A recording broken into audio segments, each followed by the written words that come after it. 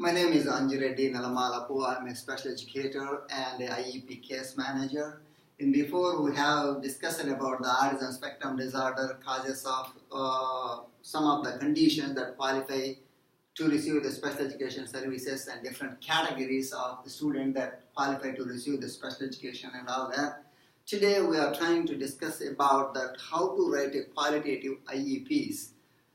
So here there are different kind of conditions. We are going through this video, each section what we have to talk about it. The idea and IEP and its component, that is the main thing we are talking about. The idea requires that an IEP be developed and implemented for every student with a disability between the age 3 and 21 years. We discussed about that before video, which is the 13 categories are listed in federal law idea. Students who have any of those conditions, age between 3 to 21 years, are qualified to go to the public schools and where they can receive the least restrictive environment and free appropriate public education. So that is the first column here we're talking about. The next one is individualized family service plans, IFSPS, must be developed for infants and toddlers under the age of 3 with disabilities. Here this we're talking about is if the student is 3 to 21 years, we have a IEPs as per the federal law idea. Whereas the students are below 3 years age infants, they do have IFSPS, which means individualized family service plans. Now the next one is the law is specific about an IEP must include and who is to take the part in its formation. That means in this federal law there is a requirement in order to meet the federal requirement.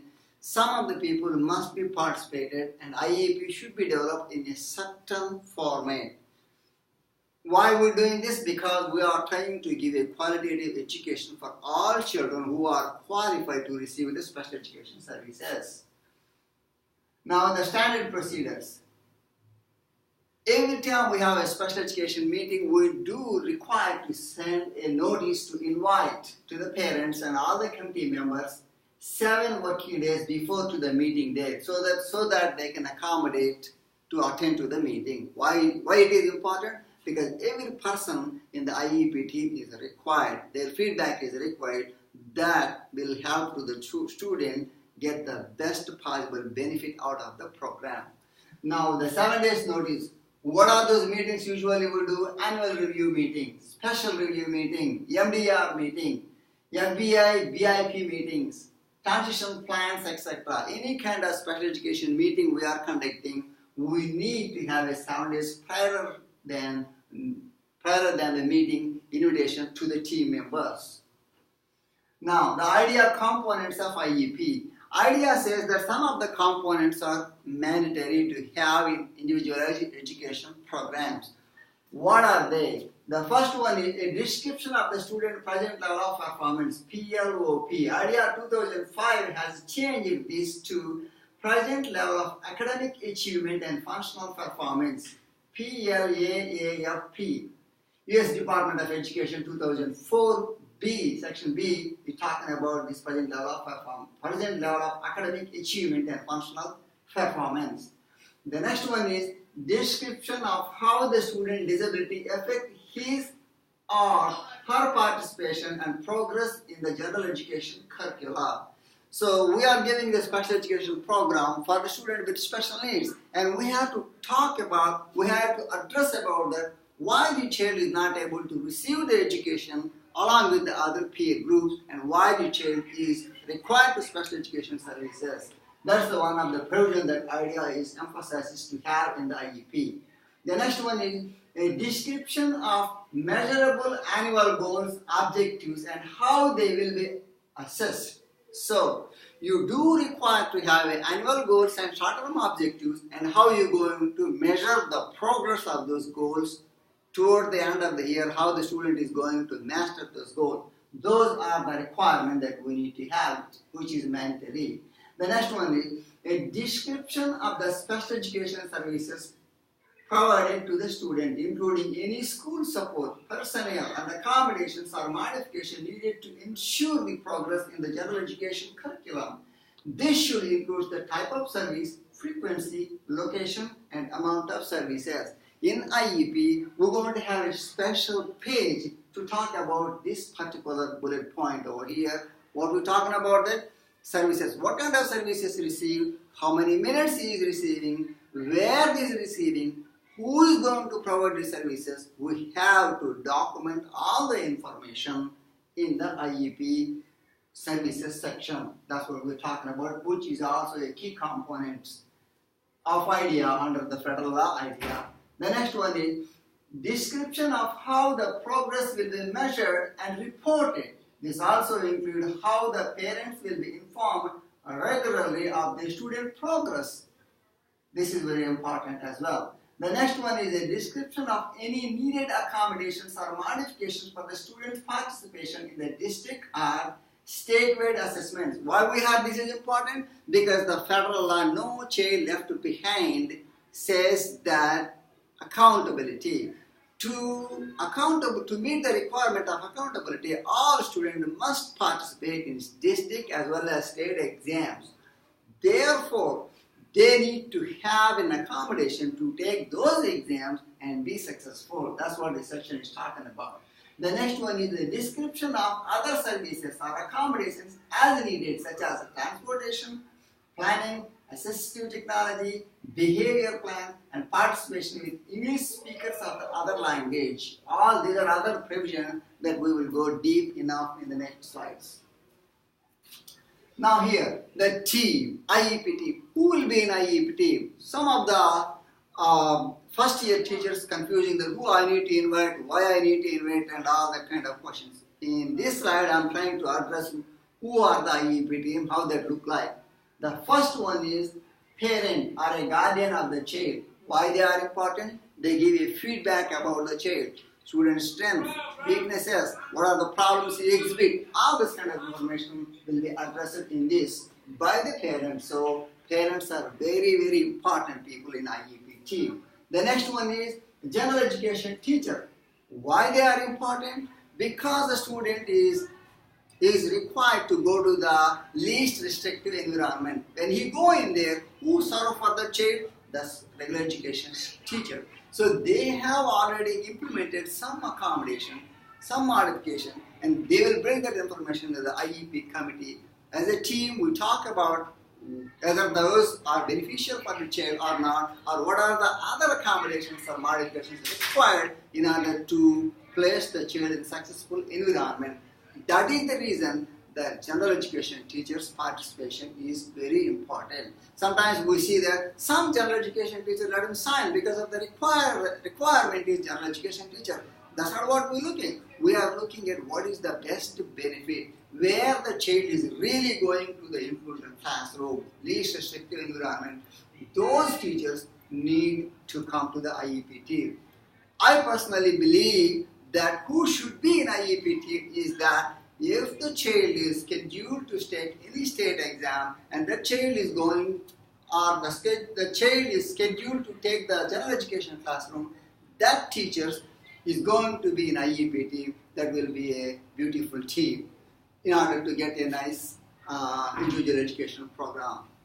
Now the next one is a representative of the local education agency, LEA, which is administrator, principal, assistant principal. Why they need it? Because they are the people who is going to accommodate, facilitate needs to the children with the disability. So they need to be in the committee. The next one is school counselor. Why do they need? They do the schedule. They schedule the state exam. So their feedback, they must be in the committee in order to exchange ideas and make a plan for the children with the disability.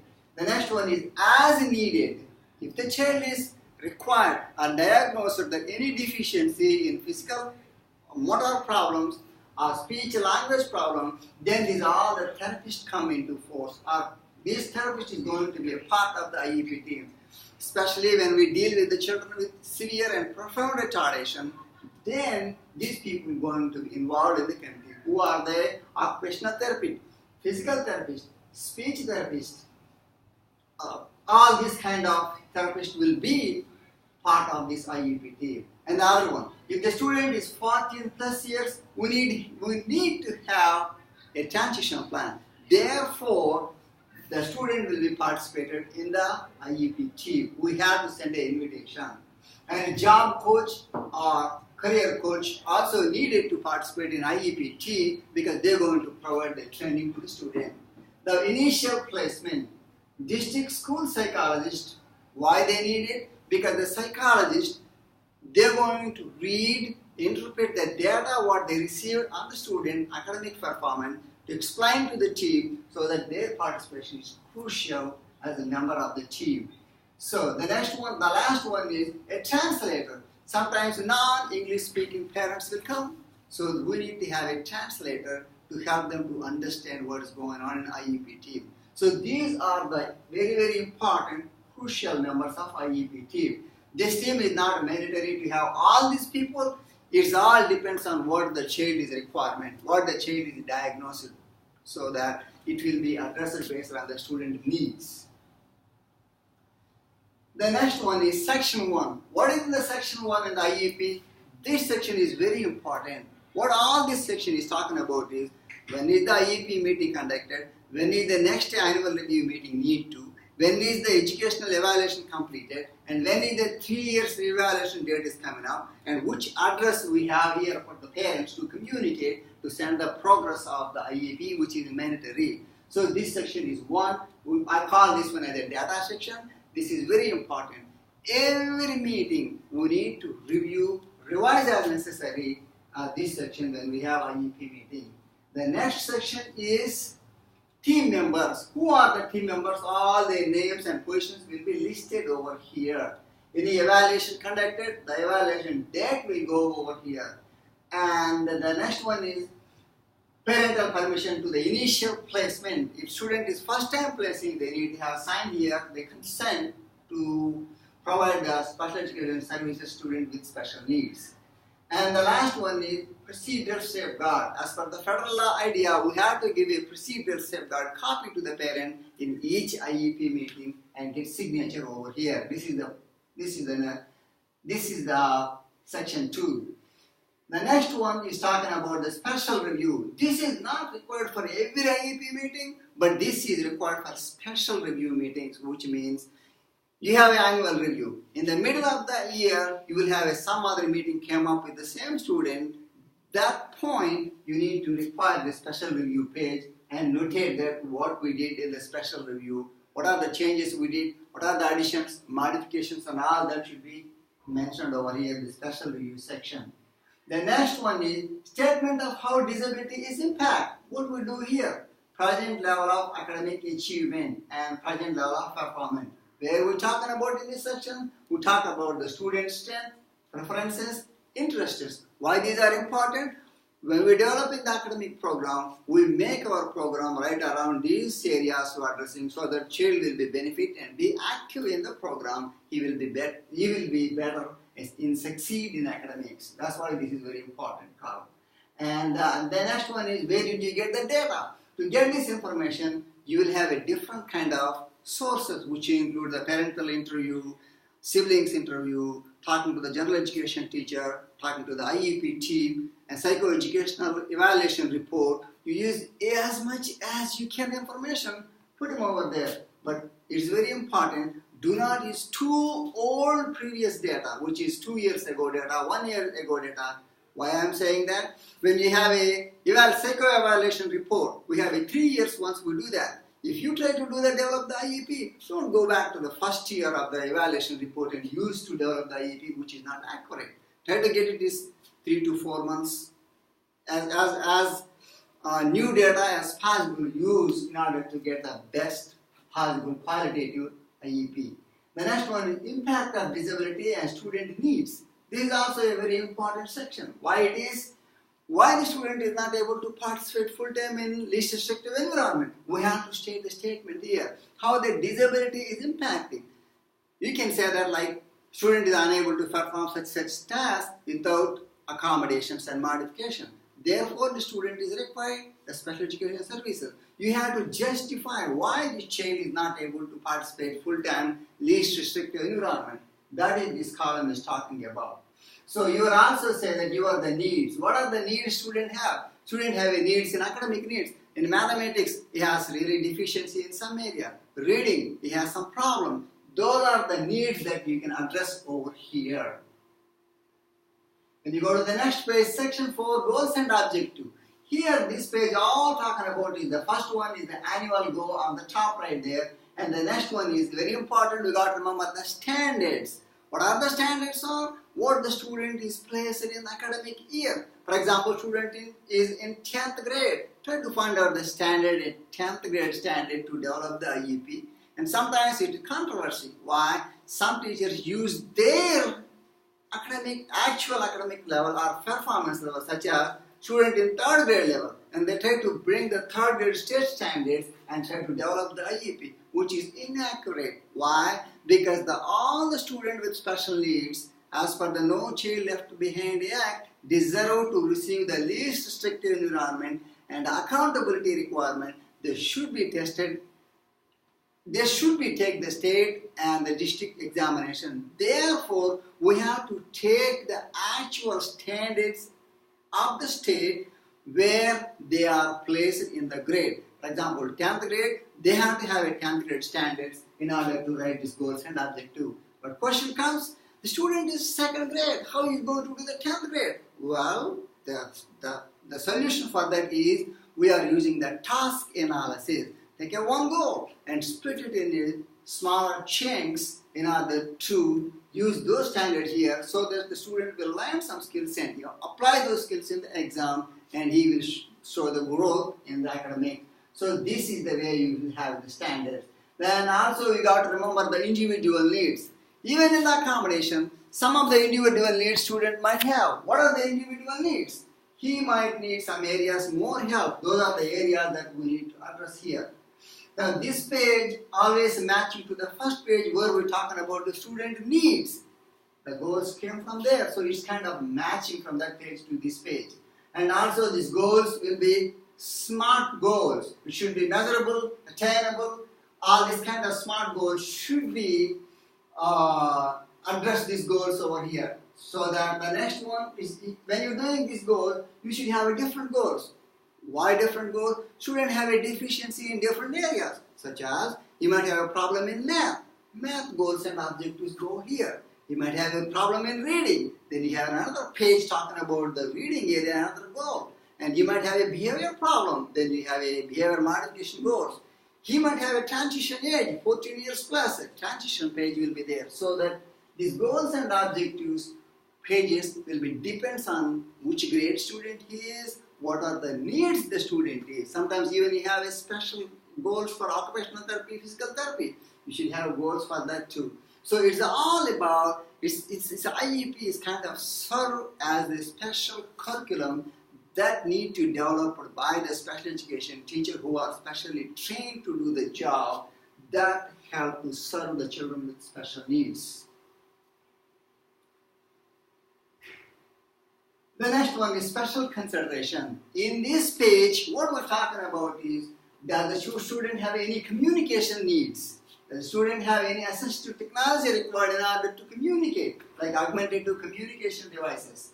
Like services for the student who are blind, they might need a braille or some other kind of additional equipment to be successful in academics. And the service for the student who are deaf, they might have a hearing aid required. And behavior intervention plan. If they have a behavior intervention plan, when did the behavior assessments conducted? You have to have a date. You also have a behavior intervention plan when you are trying to implement that and how to measure those goals, and all that information go in this section. So in other words, this page is talking about the special consideration. What are the student requirements in order to be successful in the regular education classroom? The next page is services page. In this services page, there are different other things in there. I have a special education services. The special education services include student might go to the least restrictive environment, which means includes a classroom, which is a math 1 class, history 1 class, or any core subject you're taking in a regular education classroom. Those are the areas you go here, where subject they're going, where in the classroom, and how much time you're going to do, when is the service is going to start, when the service is going to be end. You have to have all the documented information on this page. And here, instructional functional accommodations, and then program modification, which includes reduce the questions. If other student have 15 questions, the student might have taken only 10 questions. So like that, we're going to have address all these student requirement in this page. And we also have the related services, which include the counseling services, transportation, or any kind of related services student is required. We're going to address on this page. This page is very crucial because we are designing what are the services student is required in that academic year. This page is also interlinked to, I have to address it here, sorry for this slide outside, here saying the special education linked to the least restrictive classification. If student is, for example, student is dyslexia, dyscalculia, which is specific learning disabilities, those areas that he need to go to have addressed here, services where he is going to receive. That's what the information we're going to put it over here. The next one is testing. As we discussed before, as per the No Child Left Behind Act, all students are accountable to show some growth in annual academics. So they do have a schedule here, the state exam. Then you say that, for example, student is in 10th grade. Then you pick the 10th grade area. What are the exams you schedule? Maybe 2 exams, biology, algebra. Select those exams over here. And last year, which means 9th grade year, he had some exams already taken. If he did take that exam, and you're going to check those box and put those dates over here if the student passed that exam. If did not pass the exam, do not mention those information here. So these are the things we're talking about the testing area. Sometimes questions comes like that. Can I mark the student here in the 10th grade, even he take the, for example, biology exam. He take the 9th grade here, biology exam, he failed. And he is trying to take the same exam this year. Can you mark him over here? I say no, because we are addressing the exam that he did not take yet. Why? Because the least restrictive environment mandates student must have an opportunity to participate in state and district examination. Whoever is participating, those are the exams, whatever the exams participating, those are the exams we're going to list it here. If what is about the student is already take the exam, if he fail, you want to take it, those are called retesters, which that information does not require over here on this page. The next one, testing accommodations. Here also we're talking about what are the testing accommodations we are going to give it. Now, presentation accommodation, are we reading the questions for them? Or what kind of other accommodations we are going to give it for them? Response accommodations and timing accommodation. Does we give an extra time to complete the testing? All those kind of information should be documented over here. But remember this, when we have accommodations here for the examination, those accommodations should be already implemented in the classroom setting so that they will be tuned to take the land skill to the state exam and be successful. The next one, service or transition page. This page is required for the student who are age of 14 and above years, require this page. We're talking about, once we have in the first page of IEP, we also have a section called parental and student input. There we will address the student what their goals are. Especially they are in high school or mid school years, 14 plus age years, then we're going to have an interview with the parent and the student, what are their dream career about. So based on that, we're going to set the education and training, what he's going to be trained over here. And employment, what is the dream career, we're going to address that information. Independent living, what is his plans for independent living, and how we're going to accommodate or how we're going to teach them in order to attain those independent skills, we're going to address over this section over here. So this section is talking about the transition page. The next one is exit course of study. In this page, we're going to mark the student is passing the high school with a standard high school diploma or certificate of completion or whatever your state is required in order to graduate. Why this is mandatory? For example, we pick the student as a standard high school diploma, then he need to pass all the core state exam so that he can graduate along with the regular education kids and go to college. If they did not pass the standard, if they did not pass the state examination, they may not be able to take the standard high school diploma. Then they are going to have a certificate of completion and then to go ahead and graduate along with the regular education. So we have to adjust according to the student needs in this page. So here in this, we also talk about the course of study. What is staying course of study? Education and training, which means you're going to standard high school diploma. Or sometimes a career, then you're going to career and technology occupational diploma. So that kind of information. This page is interlinked and this is based on the student needs. The next page is extended school year. In this page, what we're talking about is at the beginning of the year, this page does not require it remain blank, you don't put nothing information.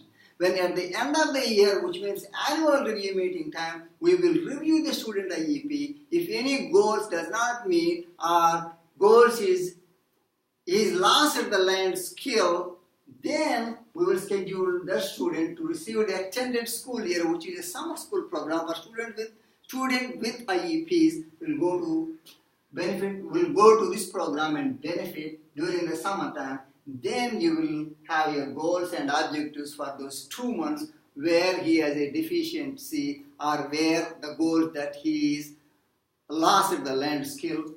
To build those skills, we're going to have this special page at the end of the annual, at the end of the academic year, then we will have the extended school year. Otherwise, this place remain blank. And special thanks to the Mississippi Department of Education, where the before slides, the actual blank IEP is derived from the Mississippi Department of Education. I work for the Mississippi Department of Education.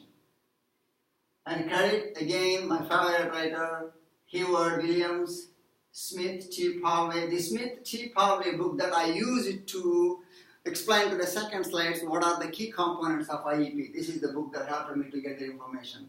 And U.S. Department of Education, I refer to those websites to get some information about it. And Effective Special Education Teachers, a practical guide for the success. This is also another book I consulted. So after all reviewing this information, I was able to develop this PowerPoint. And again, this is Reddy. I'm signing off.